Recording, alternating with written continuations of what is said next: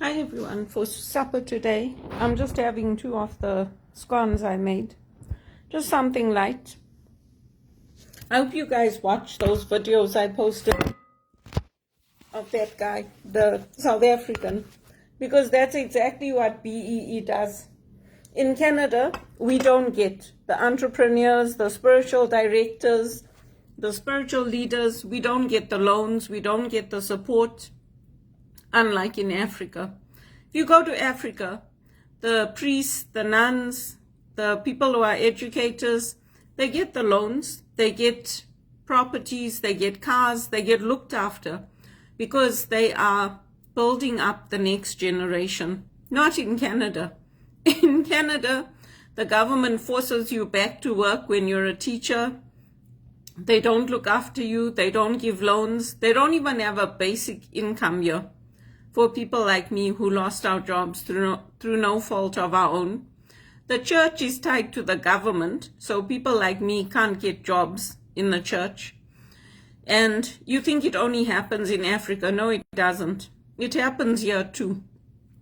So you must watch those videos because the exact same things that I've said, this white guy is saying. And he's got millions of followers. I've got less than 300. So if I was white and I was a man, I would have millions of people following me because I'm saying the exact same thing. And also, this is a sham, this thing. If Robert Mugabe had had the right supports in place from the West, things could have been very different in Africa. I said it from the beginning and I'm standing by it because he was Oxford educated. He had so many degrees. He was well spoken. And he knew what he was doing. But he didn't get the support of the West. And look how the country landed up.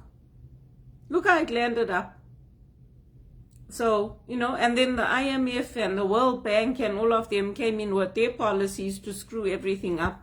Now, all the countries that are doing well, now all these IMF and World Bank, they all want to go in there and change everything that they built up. The African leaders shouldn't allow it.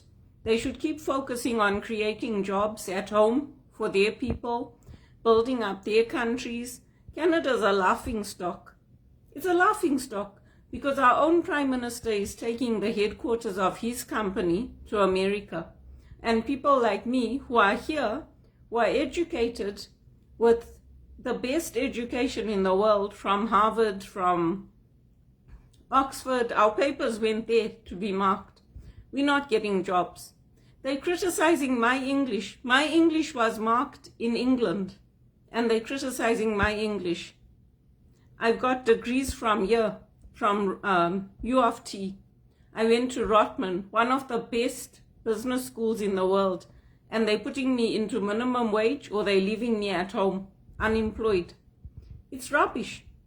It's rubbish. That's why I told them, let me come back to South Africa. They all like, no, you can't come now. You have to stay here. Look at what's happening to my life here. Look at it. I don't get anything. I don't even volunteer in the church anymore.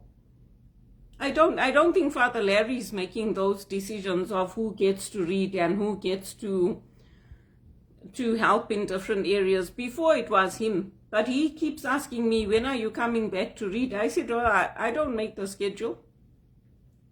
So, watch those videos. The exact same thing that happened. Zimbabwe was good. The exact same thing's happening now in America.